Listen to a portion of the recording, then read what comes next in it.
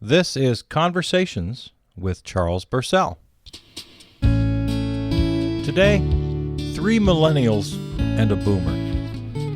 This is something I'm a little obsessed with. If you want to go back and listen to my other podcast, About an Hour with Dunzo and Bursell, that was what that was all about. A boomer talking to a millennial about all sorts of things, anything that came to our mind. In this Conversations episode, I talk with Robert, Tom, and Andres. These 3 are friends of mine and self-proclaimed spokesmen for their generation. You're also going to hear some references to some websites. I'll make sure to give those to you at the end of the show.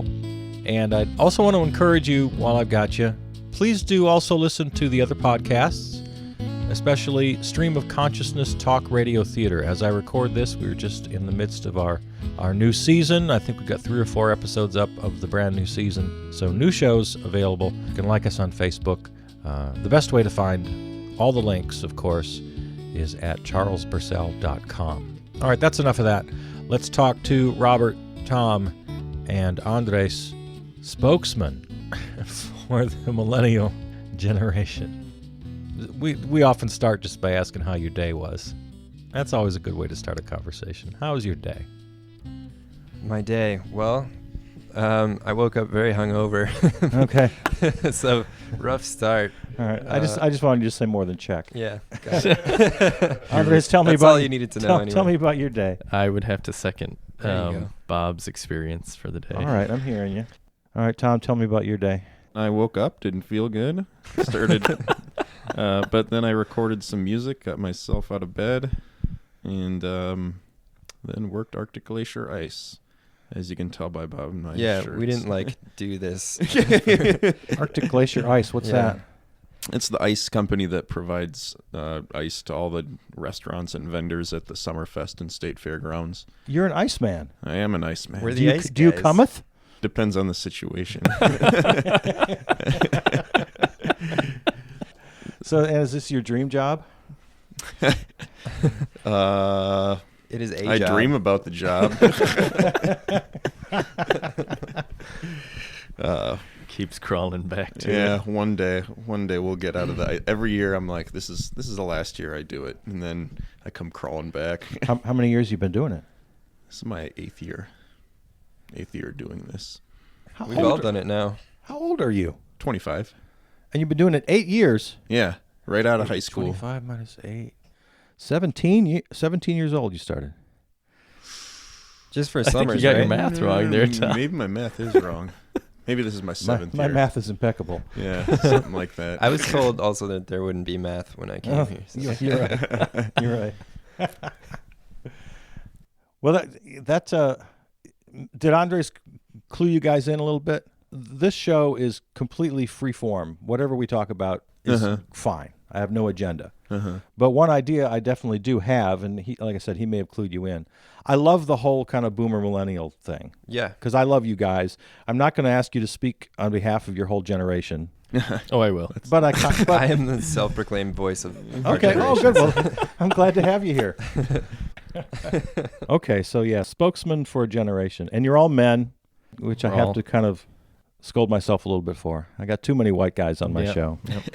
Andy's not white. I have half of a minority. How a cop sees you is what you are. And a cop sees you as... I don't know, actually. How does a cop see you?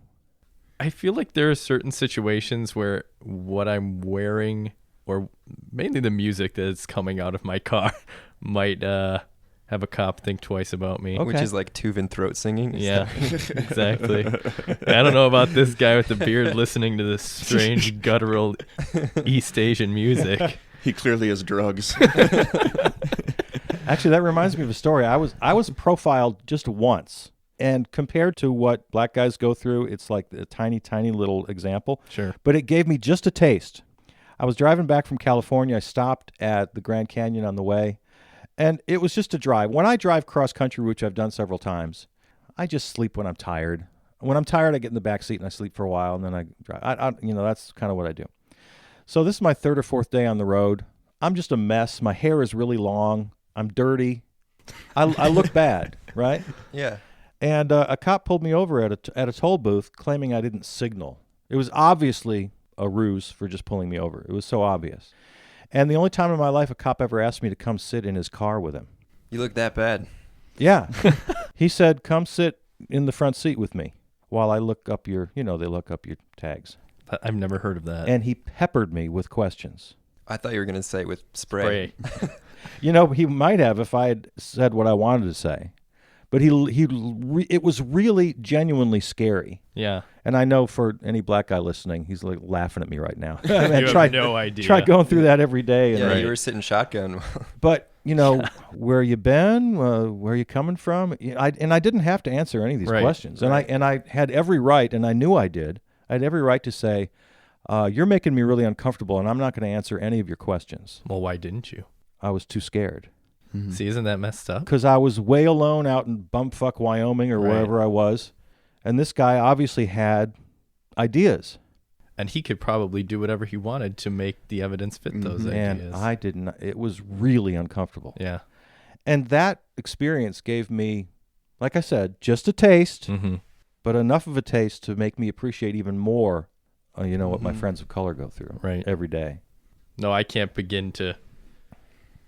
Yeah, anything that I've experienced is nothing compared to what others go through on a daily basis. I always try to keep that in perspective with anything, because I find myself bitching to myself about a lot of things oftentimes, and then I have to just kind of take a step back and realize, okay, you have a house, you have food constantly, you have a car that works, you have a good job, you have a loving family, and you're a white male. Yeah. You're in the 1%, man. Privilege check. Yeah, exactly.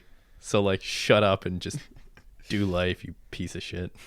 It's tough though, because you experience life through your own eyes, and that's what you have every day. So I guess an experience like that, I guess that's the way to expand your empathy a little bit, is to see, oh yeah, this is real. Yeah, it's crazy. Do you relate to the whole white privilege thing? Do you acknowledge Do I relate to it? I mean, do you acknowledge it? That was a bad way to phrase it, but do you feel it? Do you feel that it's there, or does it? Sure. Is it invisible? Oh yeah, I mean, I think it's important to check it, but also I didn't ask to be born in the first place either, So I mean, this is what I was given. So yeah, but that I think with it comes a responsibility then. Yeah, responsibility is a good word. I remember when I was about your guys' age. I was living in San Francisco. I was working in a show. I had my own apartment on Russian Hill. It's like I was on top of the world. I go up to the roof of my apartment building and look down on San Francisco, and it's like, how the hell did I deserve this? Right. I'm living high. Mm-hmm. And that's the first thing that came to my mind was, I feel like I've got a responsibility now. How in the hell I don't deserve this. I don't deserve to be this lucky. I better do something right. I better try to do something good, because this is wrong. This is crazy. I have that thought a lot. Do you? It's the Spider-Man thing. With great power comes great responsibility. Yeah. And by being born a white man in America, we immediately have great power. I love that Spider-Man gets credit for that. It was his uncle. I mean, I'm sure it was like Immanuel Kant or somebody. But it's like every reference now is That's Stanley. It's like the Simpsons getting credit for everything. Oh yeah, quote the Raven nevermore. That's the Simpsons, right? Expand my mind, learning juice. That one is the Simpsons. That's a good one. All right, that's the whole point of trivia, to expand our minds with learning juice. Yeah, that's where the four of us met. At trivia, pub trivia, which I got nothing bad to say about pub trivia. It's just a good time, right? Yeah, good time. I look forward to it every week. Yeah. That was the one thing that got me through teaching was, all right, well, Wednesdays exist. I can do this. So, what's your specialty at trivia? Do you have one? Specialty and category? Yeah. Like, what's your strong suit? Well, you said you were a teacher. What did you teach? I taught English and history at the high school level. Okay. So I like history. I feel like I do pretty well at geography usually, and I do enjoy the science categories. I do. Though I feel like I really need to learn the periodic table. There's always periodic table questions. Yeah. And I don't know that one. I came in once. I overheard a team talking, and one of them said, "I studied the periodic table today," and another one said, Yeah. "I studied presidents No, today." I we've looked at- definitely done that. You like study for pub trivia. I've just been reading the encyclopedia for as long as I've been around doing trivia so far. And I just watch Jeopardy every day. Like right before I watch Jeopardy and then go to trivia. I'm like, all right, I gotta remember Maybe. this stuff. I just wait till I hear really obscure facts throughout the day, and I just train myself to like, okay, that is a very good trivia question. Yeah. At some point in my life, it will come in handy to remember that. Well, Andy, you, I think of the three of us, have like the best fact retention. Oh, it's Like unreal. I will forget things so quickly. Like Tom and I were driving around today and just like forgot where we had been at Summerfest, and yeah. But you seem to like at least have an idea for most questions. That's because Something to reference. I definitely abused that in school. Like I didn't study ever because I would just be able to remember. retain stuff from lectures, and then But is that intelligence? no, not by Yeah, no see, means. It's Yeah, not. but it's a great way to get through school. yeah, it's a great way to bullshit life. I don't know. Were you a good teacher, Tom? I like to think I was a decent teacher. Yeah? It was my first year, so it was definitely a racket, like making up all the the curriculum basically. Yeah, all the classes I structured myself. Like the other teachers, they like gave me like a calendar and said, "Well, this is what I do," and that was pretty much it. So How long did you teach? it was just a year. How come you didn't And stay then- with it? Because I moved to St. Louis to be closer to my now fiance. Oh, nice. Yeah. Okay. So Would you like to get back into teaching? I do. I sub right now. I'm a substitute good. teacher, and I did really like it. It was really rewarding, and definitely want to get back into it someday. I taught for 1 year. Oh, did you? Yeah, and every teacher you'll ever talk to will say, "Oh, that first year is brutal," Yeah. and they'll also tell me if I'm in conversation with them, "You quit after 1 year? That's the only one you have to make through. That's the really bad year. All you had to do was come back. You would have been over the hump." What did you teach? What did I teach? I taught communications. Basically, it was a mix of things: theater and radio, TV production, and a basic kind of speech class. They still have speech class. That used to be a thing when I was a kid. Did you guys do that? Yeah, we did.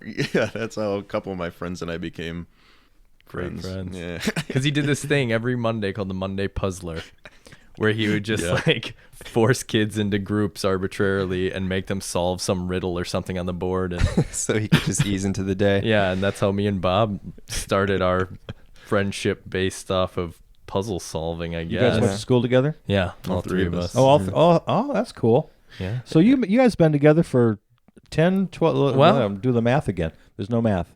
But yeah, Actually, many not for years.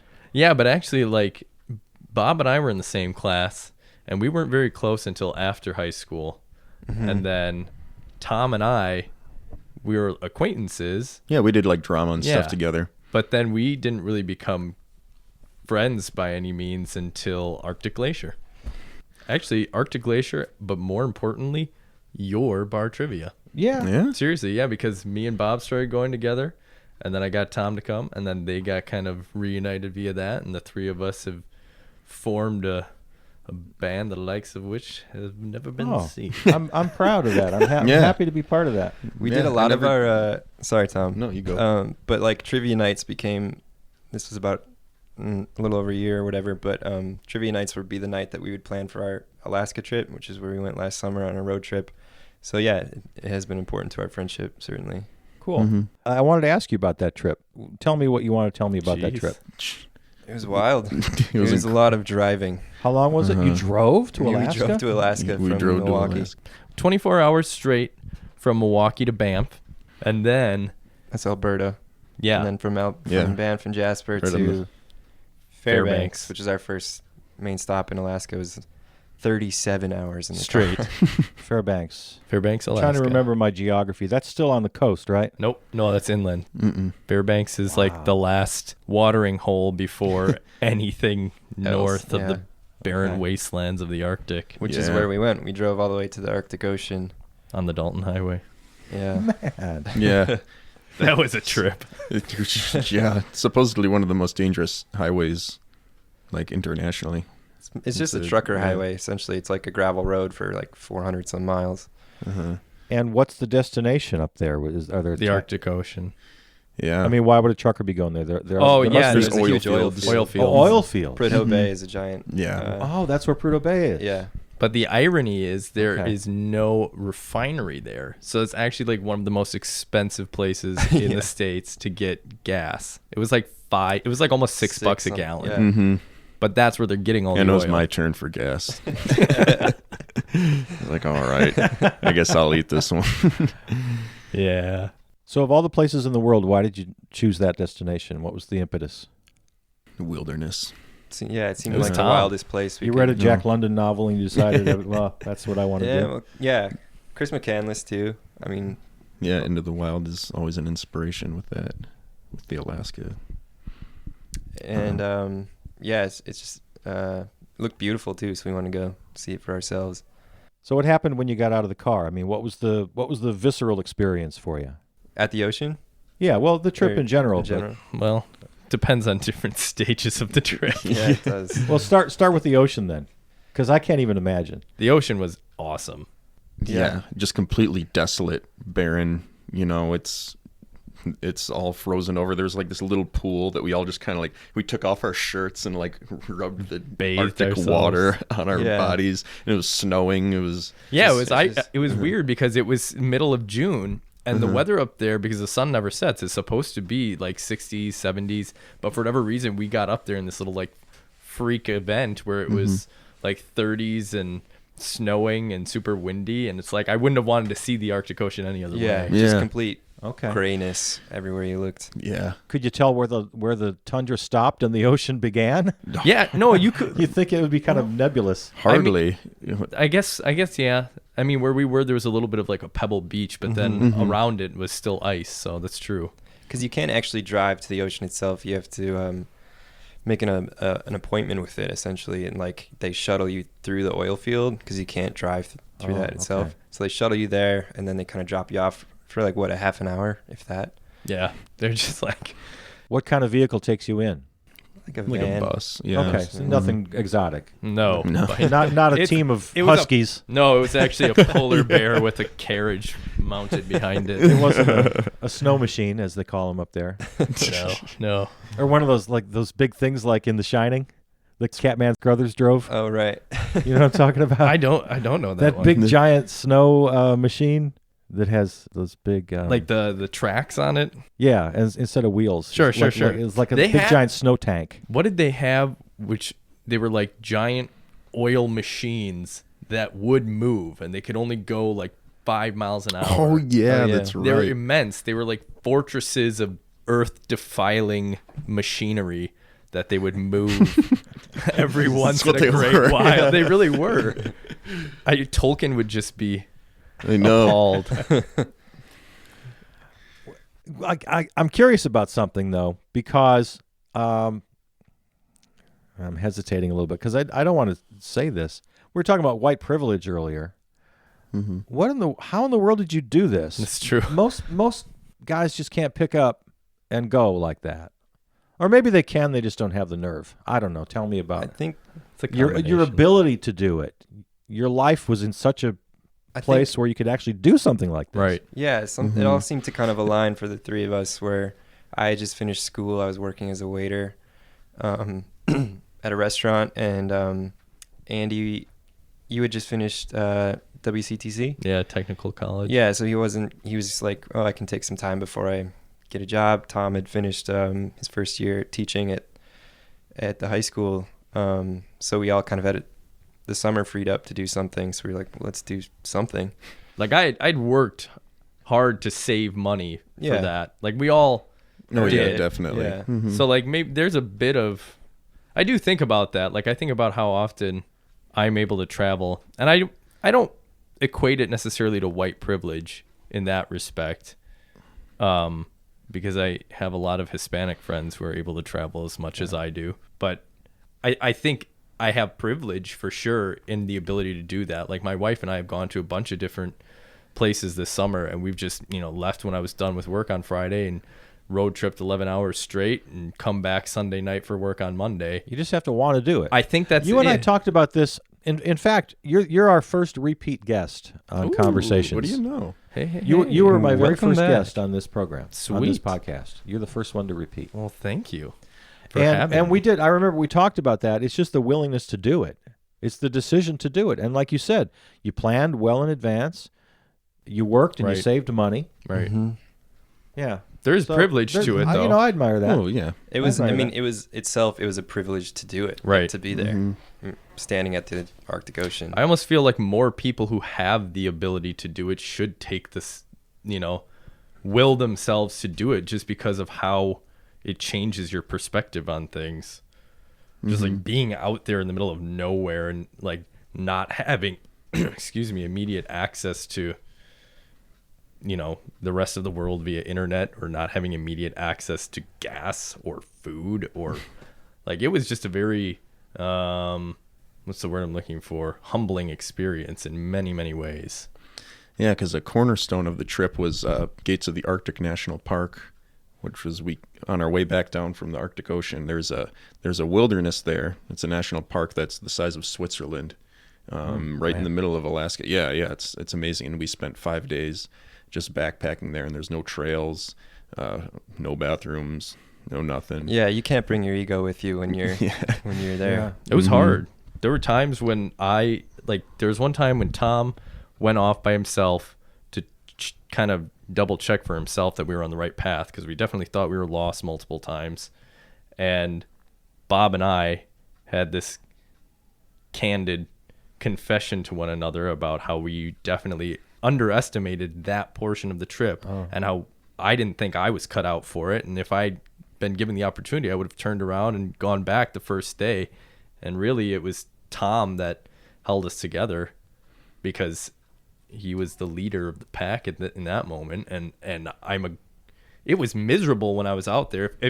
Personally for me, it was miserable when I was out there. But looking back on it now, I'm so grateful to Tom, especially, that you kept us going and gave us the inspiration to keep up, because I look back at that right now, and that isolation was really rewarding. Yeah. And it was good for my character and resolution. And yeah, it was not easy by any means. But that's also not what we were looking for. It wasn't like a vacation. I think we were kind of almost seeking out some discomfort for its subsequent rewards. It was a bit of a soul searching thing. I think we all got something out of it in that regard. Oh, definitely. Still like learning what I've gotten from it. Yeah. Well, talk a little more about that. I mean, what stays with you in your day-to-day life now?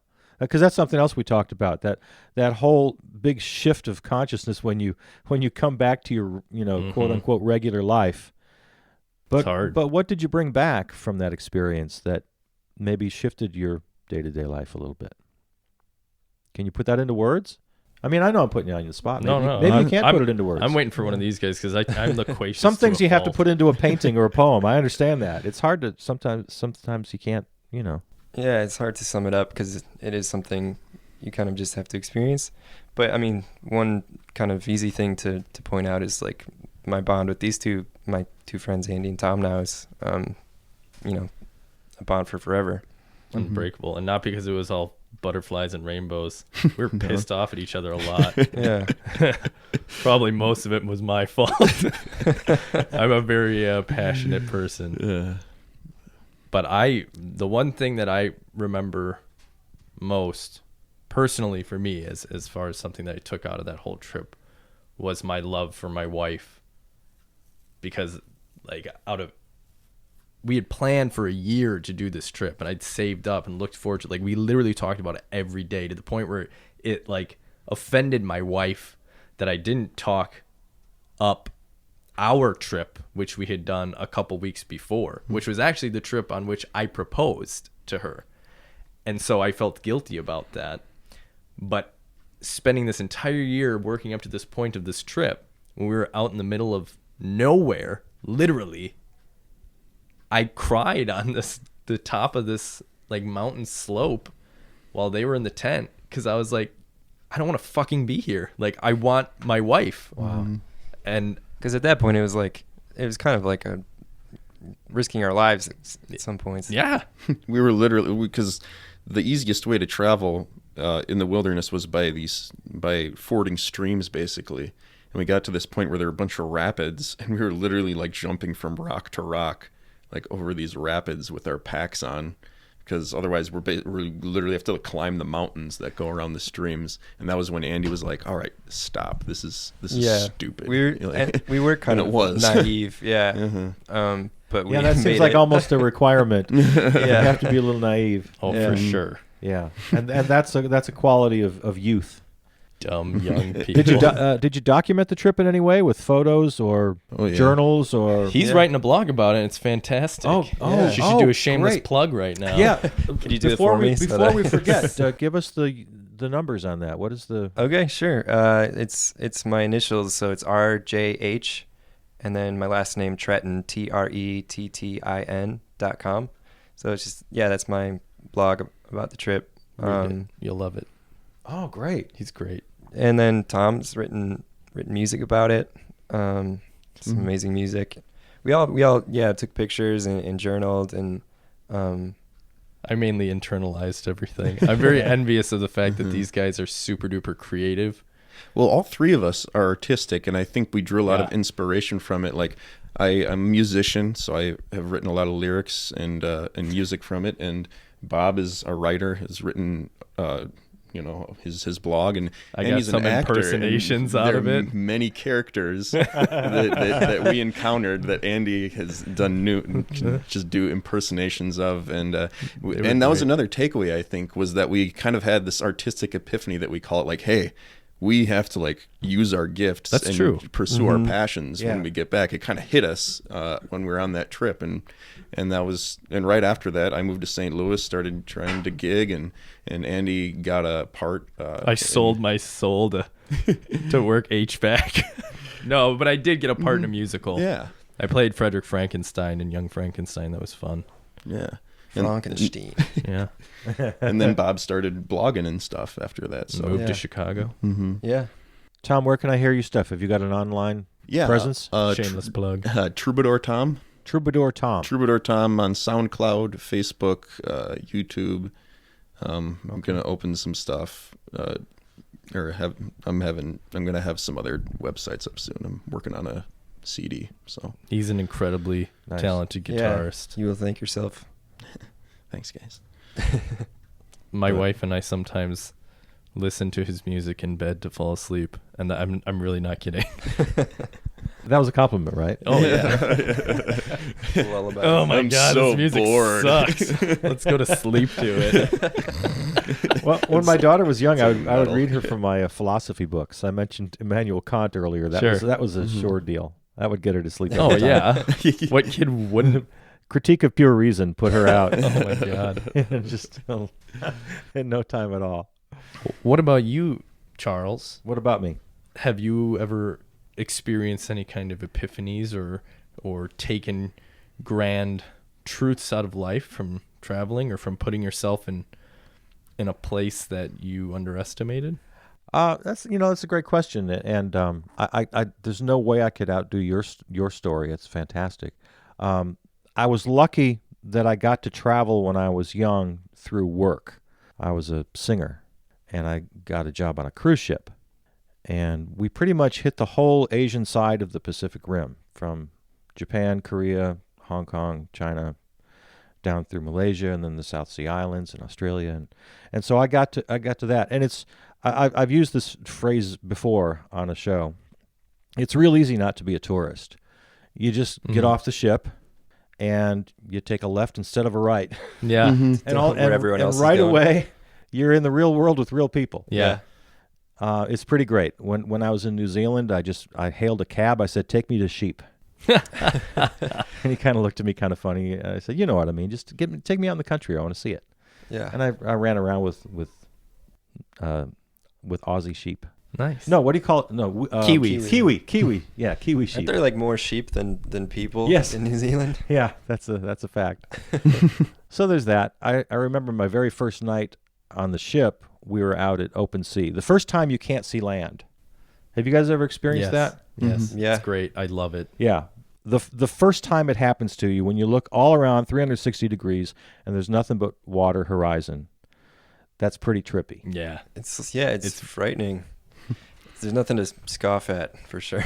And I think I felt something pretty deep at that moment. And I went up on the highest available spot for us on the ship that night when it was all just black and stars. Could you ever see the moon? Oh, of course. Because you could reach up and touch it. That's the best. That's my favorite part of night on the ocean is when the moon is out and you see that like glowing highway across the entire horizon. Yeah. And what was the name of that book that the company you worked for published about all the different... There's a word for it. Yeah. In some not obscure language, some foreign language, there is an obscure word, in our comprehension at least, for that specific phenomenon. Oh, I want to know that. Yeah, I've got the book. It's a great coffee table book. It is. But yeah, so instead of saying like, you know, that highway that the moon creates on the water at night, the ocean, there's like one word that you can just say for it, which is pretty cool. like in the Philippines, they have a word for the time it takes to eat a banana. Yeah. Nice. Like that's about just 2 minutes. And that really tells you like what is important to different cultures, which is really fascinating and cool. Isn't the Japanese word ikigai, isn't that kind of like what you've been put on earth to do? Or Something like that. Something like that, or like your Special purpose. Your special purpose. Which like, why don't we have a word for that? Yeah. What does that say about our culture? That we don't have a specific word to talk about our purpose in life. We have to say multiple. We have to say purpose in life. It's your job. You got to work. Well, actually, you know what? That is a great segue because it reminds me of something that I'd love to ask you guys as representatives of an entire generation here in front of me. Yes. Go on. And that is... We are those representatives. I'm very curious about this. Millennials. Purpose in life. Mission in life. Ambition. You guys seem to have a very different approach to that than my fellow boomers and me. Do you get up every morning like just you want to go save the world, or you want to really go get something done or really accomplish something? Or because a lot of people in my generation have that deep in our bones. Some of my fellow generation get up every day and they want to be successful, and they want to make money, and they want to, buy the house, and they want to, it's that. I'm trying to figure out how to live without having to make money. And then for people like me, it's more like, how do I save the world today? How do I just do the greatest thing ever in my art or my broadcasting or whatever it is I'm doing? How do I just really make a difference? Yeah. There's this sort of passion from the boomer generation. And my question to you guys is, does that just sound weird to you? Because my idea is that millennials get up every day and say, well, what's here, man? What's next? There's definitely an element of that. Am I wrong?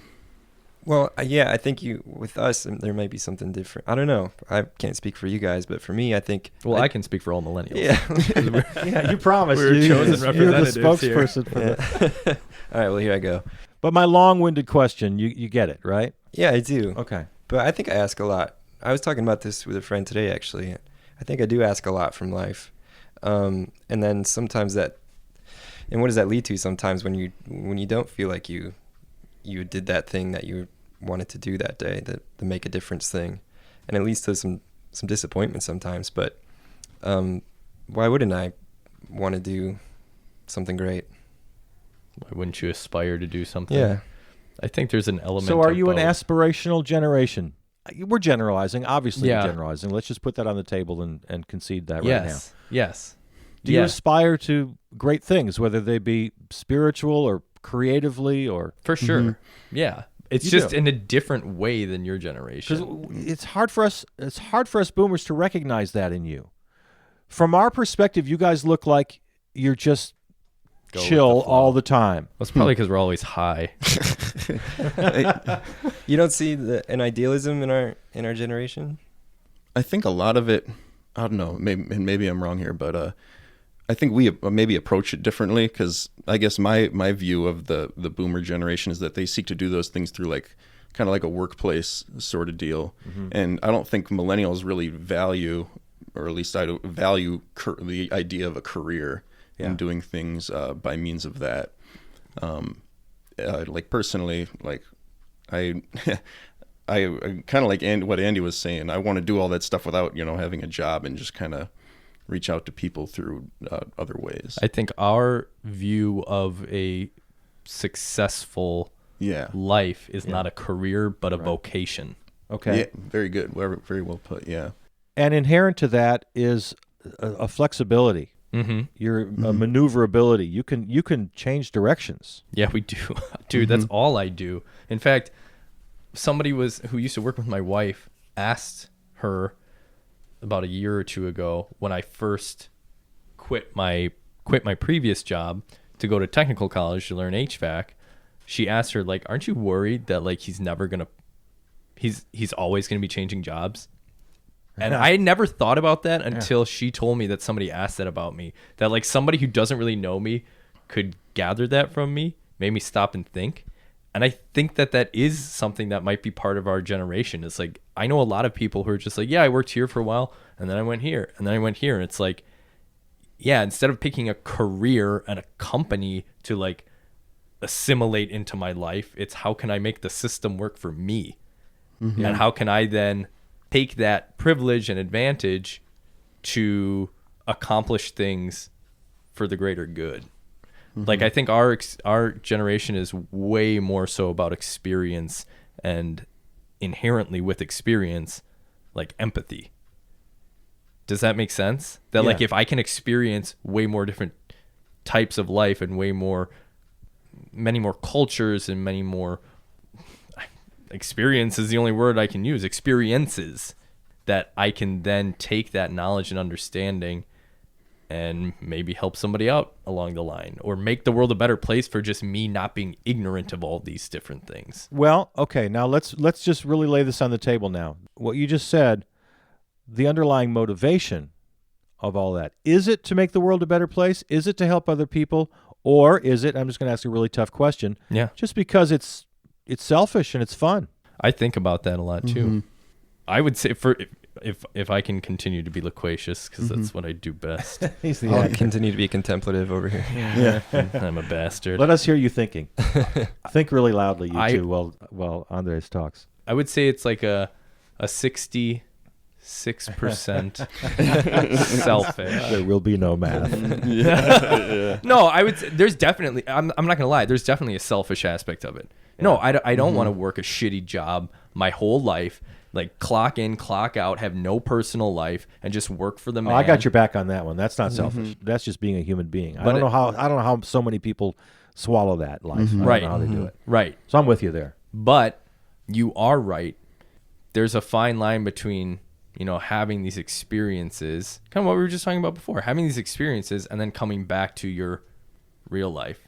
It's interesting too, because like, and the difference between the generation, say, boomers, like getting a career, and then I mean, my dad has worked at his company for, since, I don't know, years and years and years. That was his one job. But and then we're talking about like getting experiences, and that's what we want out of life. But it's still like an acquisition. You're still like acquiring something. Yeah. So like on the one hand, a career, like you're getting money from that as experiences. So you're still like taking.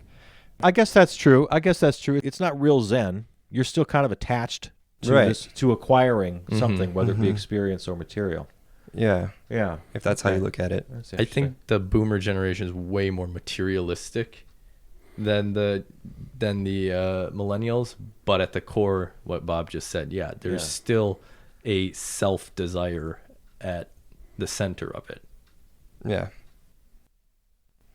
As a boomer, what do you see in our generation that you are concerned about? Because I feel like I've heard you say on your podcast before a lot of things that you like are excited by in the millennial mindset, but like, well, I love you guys. I feel like Bernie. I feel like a whole generation is coming around to my way of thinking. I've always felt like the nutcase in my generation. All this, we talked about this the other day. All these articles, you can't scroll through your feed a single day without seeing millennials are ruining this industry and that industry. They're not buying houses. They're not buying cars. You guys aren't buying anything. And so that's what I love about you guys is you, as a generation, you really seem to be turning your back on stuff. And that makes me very happy. Also, the acknowledgement that the whole idea of having loyalty to one company and being this one thing for your whole life, which I always thought was insane. I'm glad that you're jettisoning that. So I feel very much vindicated. It's like, yeah, see? You guys, you got it. When I went to college, I remember being very disappointed because I started college in 1977, right out of high school. And it was crazy to me that the professors were teaching us. I majored in journalism when I first started. It was crazy to me that they were teaching us how the world works and how you do journalism and how you go out and then you get a job and you do it. It's like my idea from the very beginning, and I've kept it ever since, is each generation has to reinvent the world. Don't tell me about the world you invented and then go tell me to go out and continue it. Yeah. Mm-hmm. Teach me concepts. Teach me history. And then we make the world. We're not going to go maintain your world. So I love you guys. Mm-hmm. My only concern is what I opened with, and I think you answered it pretty well. There's the perception of, I use the word chill. Is that still an acceptable word? Yeah, chill, laid back. The perception, chill to a fault. Yeah. Like, whatever. What's the alternative? Being anxious all the time? Well, that's why. Or do you mean like prudent and like forward thinking? That's why I use the phrase to a fault. Okay. Chill is great. Yeah. But to a fault, meaning nothing gets done. Oh, okay. And like I said, it was only an uneasy feeling. It's not like it was a big accusation I was ready to make. Yeah. It was just something I wanted to kind of explore with you guys. So is that the only qualm you have with the millennial generation? Oh, what else? And by the way, for clarification, Yeah. I by no means feel like attacked or anything. No.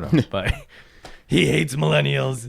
He's making me admit that we're he's made it not very clear great he's- people. Very fond of us. I've already gone down the list. A Yeah. lot of things I feel very much at home with you guys. I did a whole 13-episode podcast with Dunzo, who's a rapper, and my nephew.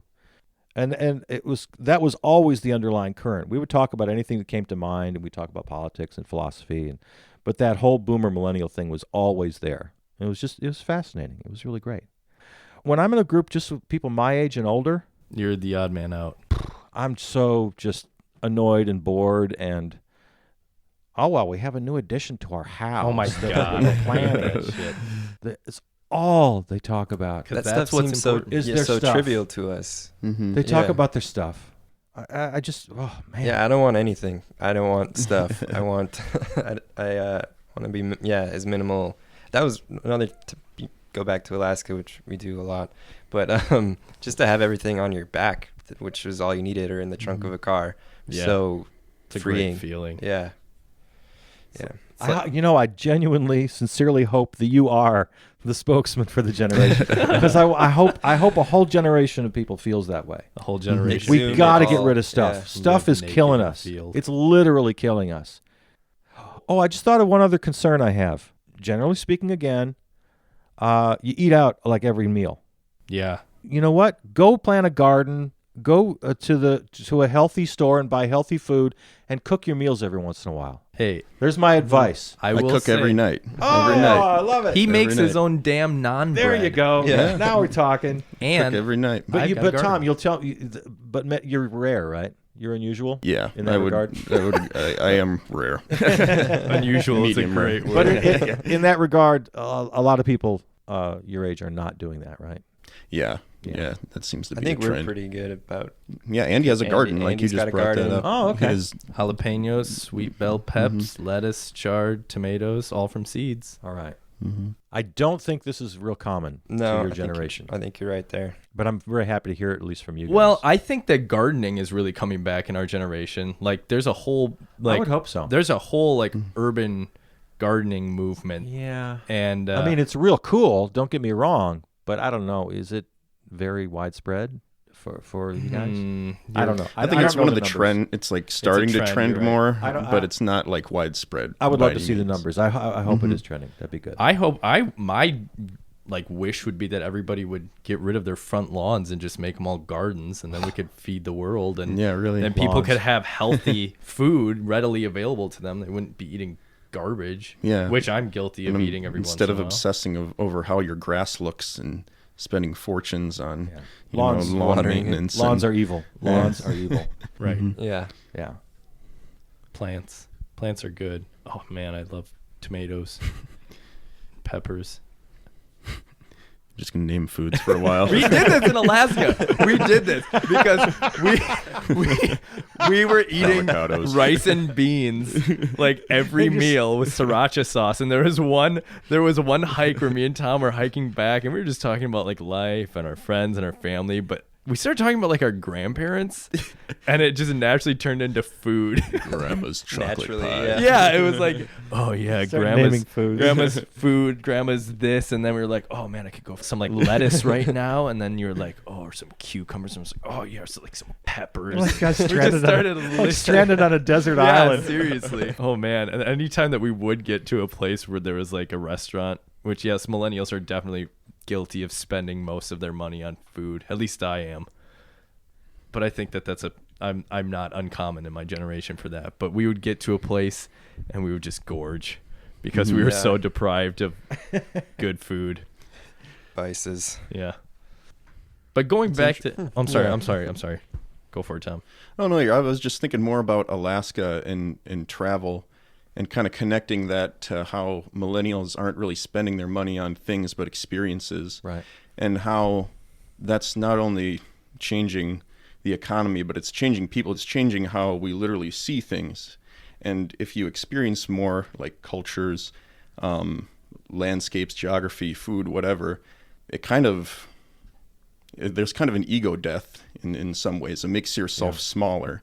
And when you can do that, it gives you that ability to empathize. Yes. And that's why we have these kids that are like protesting, doing the protests and understanding, or not, I can't say understanding, but having more feelings for minorities and that sort of thing. I think that trend of pursuing experiences over like money and materials is changing that in our minds. Yeah. I want to repeat something you said because I thought it was so great. It makes experiences that make you smaller. Yeah, definitely. That's so great. I said earlier about how laying on the top deck of the ship, looking up at the stars. I never felt smaller in my life. Yeah. And I never felt more connected and more powerful in my life simultaneously. It's true. When we were talking about millennials and boomers, and we were talking about how we reject the idea of like consumerism and material wealth and all that shit that we reject. Do you think that when we are your age, Charles, our children are going to be like, I don't want to have fucking experiences. You guys are so obsessed with experiences and travel, and it's such bullshit, and the world's just a shittier place because of it. We're going to do this. And like, what would that next thing be? Or do you think that do you see hope? Because you said that kind of a lot of the ideals that our generation have are in line with what your ideals have been your whole life. Yeah. Do you think it's possible, though, that the next generation is going to find many, many faults and blame a lot of world problems on our ideal set?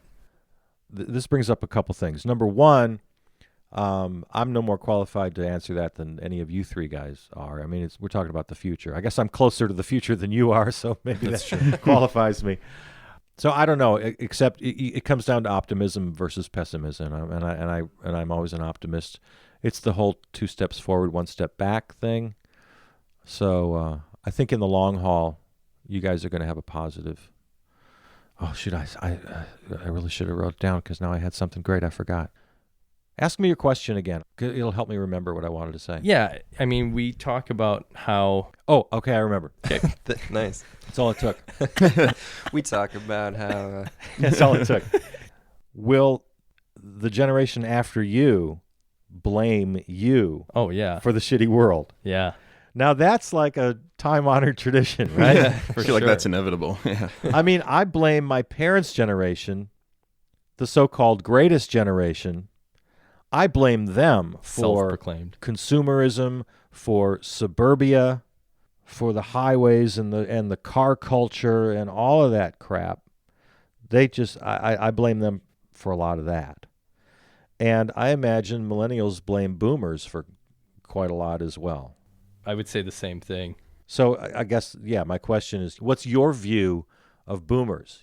Generally negative? Yeah. For me. just by the fact that I'm like dissenting from that way of life. So the way I'm living my life is a critique of, I guess, boomer generation. Yeah. Yeah. What did boomers do that worked? What did they do right? They gave You should have me seen the things. look on Andy. You should have seen the look on Andy's face just now. We should be streaming this live. I'm grateful that they gave me Life. life and clothing and food and I don't know. Stability. I sound super ungrateful in this moment, Mm-hmm. but like I'm not ungrateful of everything that my parents did and all the sacrifices that they made in order to give me the ability to formulate the thoughts that I have today. And that again goes back to privilege. Yeah. You know, like, oh, I was Yeah, you didn't do that on your own. no, but Yeah, so you had some help along the way. what am I grateful for their generation? Yeah, I mean, what- I'm grateful What did the for generation do right? What did the boomers do right? They made some good music. That's true. Oh yeah. Yes. I mean, I think that there is a work ethic for sure from the boomer generation. I don't agree with the idea that, yeah, you should give your heart and soul to a company. Yeah. But like the boomer generation was like, well, if you want to get something done, you get it done. You Well, know? I'm glad to hear you say that. We just did a whole show on a SCTRT, the Stream of Consciousness Talk Radio Theater, on work versus jobs.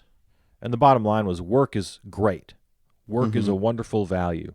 Jobs generally suck. The whole concept of jobs. Yeah. But Jabs. work ethic is a good thing. Yeah. Yeah, definitely. I totally, take that away. Just having that work ethic, and again, it's hard to like, I don't know. When I really think about a generation, it's hard to like blame and throw a fault when you really think about it. Because I mean, now I just kind of, I don't know, deal with what's put in front of me. Yeah. And for the boomers, they were like, oh well, it's good to work hard, and I guess the thing to do is you get a job. It was probably, they didn't probably think about it like, oh, that's what I want to do. It was just like, all right, well, that's kind of what everyone else is doing. That's kind of what's put before me. So that's the next step I take. Yeah. And as far as we're talking earlier about having aspirations, dreams, a purpose in life, for many, many, many people, again, I'd like to put a number on it. I can't.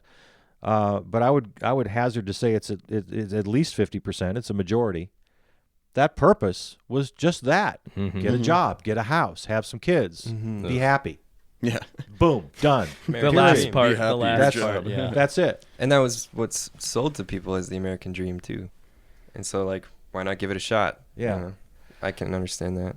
Whereas my earlier question, that way back when, was about purpose and mission, suggested there's got to be more than that. You got to be here for a reason. You got to be here for the other people, and that's one thing I'll say that I have a great admiration for the boomer generation. I don't really include myself. I'm kind of at the tail end, but my older brothers and sisters, the ones who really came up in the late 50s and through the 60s, come on, you kidding me? Women's rights, Yeah. civil rights. The 60s were huge. Yeah, that was a crazy I decade. mean, talk about the greatest generation.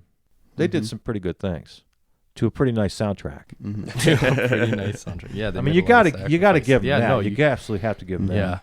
you're right. And I guess we take that for granted because that is a product of their struggle and we were just born into it. Like obviously we're going through some of those same issues right now, which is kind of disturbing. But at the same time, the leaps and bounds that have been made in civil rights were via the blood, sweat, and tears of the boomer generation. And me as a white male takes that for granted that, you know, my friends of color, even though they're still living in an oppressive atmosphere, it is not what it was back when my parents had friends of color living in that generation. Do you know what I'm trying to say? Yeah, Yeah. but then the standard follows it, and then it continues with it. So then now this is a standard where we're at, where we're still not satisfied. So, Right. you know, now make another leap. Yeah. There's still change that needs to be done.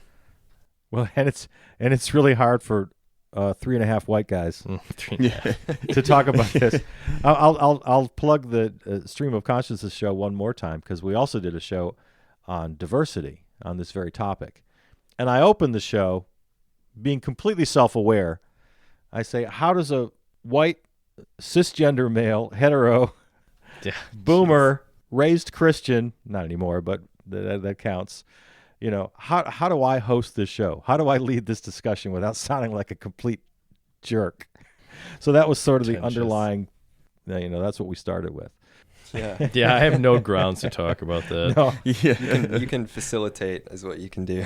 Yeah. And yeah. Well, listen. I'll tell you Listen. what my bottom line was, that you just have to acknowledge the white privilege, and you have to, when it comes to matters of race and diversity and gender and all of that, as a white male, hetero, cisgender, you know, all that, I got to do a lot more listening than talking. I got to listen. I got to support. I got to learn, and mostly I have to not lead.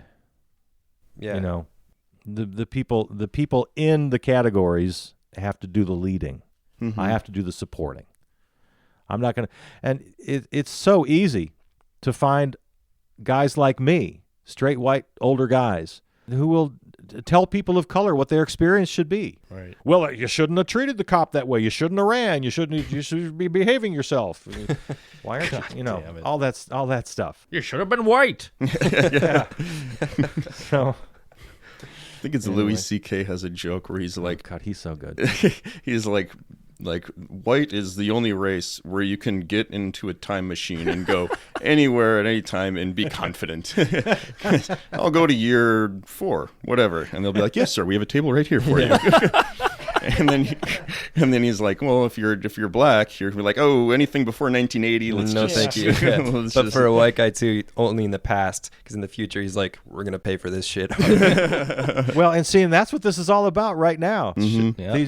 This reaction.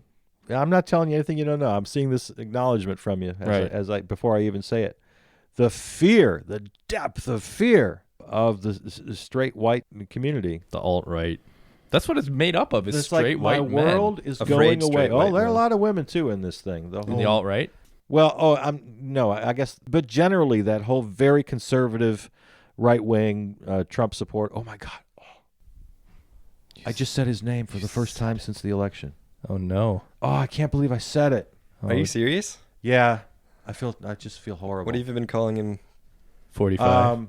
45 or Pumpkinhead Tiny Hands.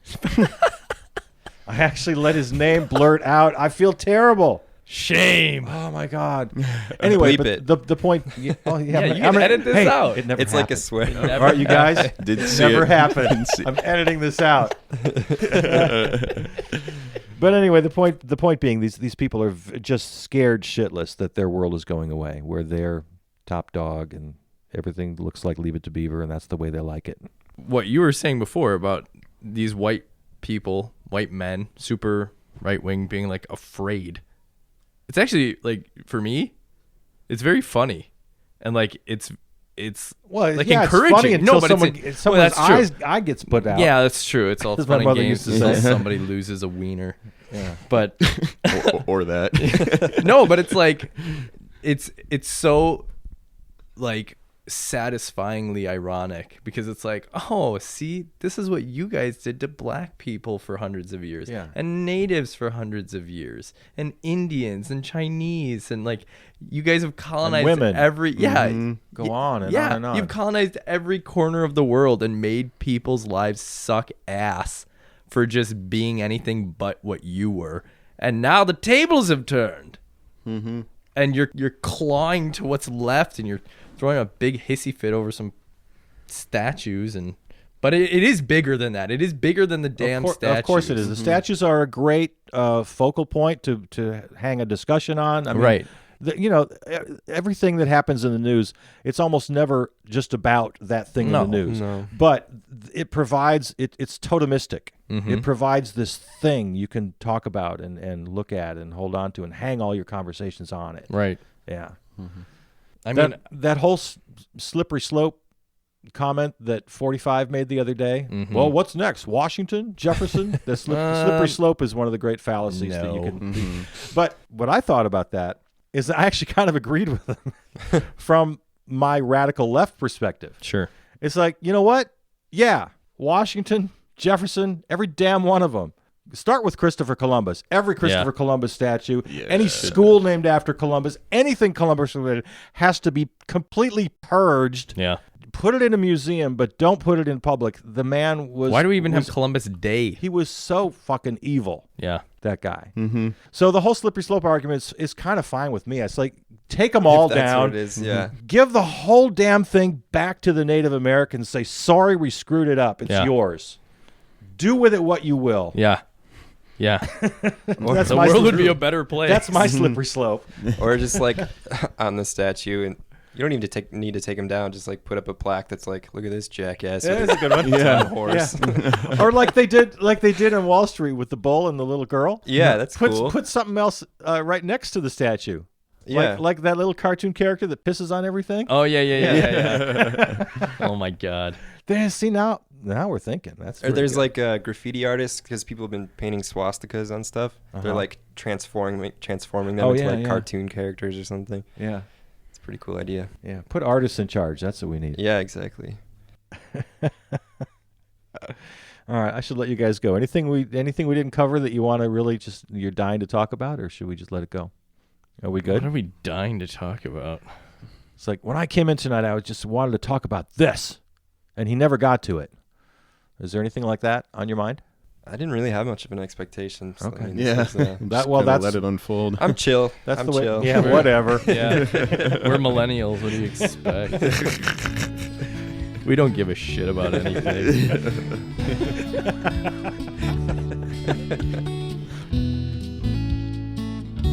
Conversations with Charles Bursell, Robert, Tom, and Andres, spokesmen for the Millennials.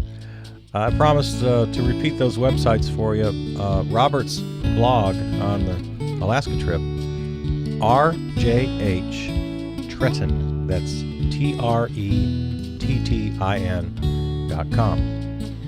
And then Troubadour Tom, if you don't know how to spell troubadour, it's TROUBADOUR, Troubadour Tom. You can find him on SoundCloud, on Facebook, and on YouTube. And, of course, we mentioned About an Hour with Dunzo and Bursell. That was a podcast that spanned a year or so. It was a 13-episode podcast. So if you want to go back and listen to that, go to charlesbursell.com.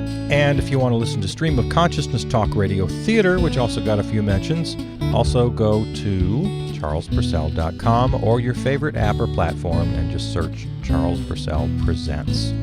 All right, won't keep you anymore. I hope you enjoyed the program. We'll talk to you next time.